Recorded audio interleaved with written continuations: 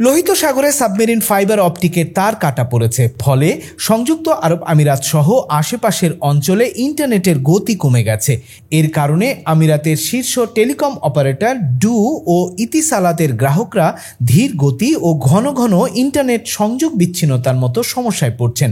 Gulf news এই খবর দিয়েছে। মাইক্রোসফট তাদের অফিসিয়াল আপডেটে জানিয়েছে, কেবল বিপর্যয়ের কারণে মধ্যপ্রাচ্যে ইন্টারনেটের গতি কমে গেছে, যদিও অঞ্চলটির বাইরের ইন্টারনেট ট্রাফিক তুলনামূলক স্বাভাবিক রয়েছে। এখনও লোহিত সাগরে এই ক্ষতির কারণ জানা যায়নি, তবে ধারণা করা হচ্ছে জাহাজের অ্যাঙ্করের কারণে বা অন্য কোনো দুর্ঘটনায় তার কাটা পড়ে থাকতে পারে। বিশেষজ্ঞরা বলছেন, বিচ্ছিন্ন কেবল মেরামতের জন্য বিশেষায়িত জাহাজ ও দক্ষ ক্রু প্রয়োজন।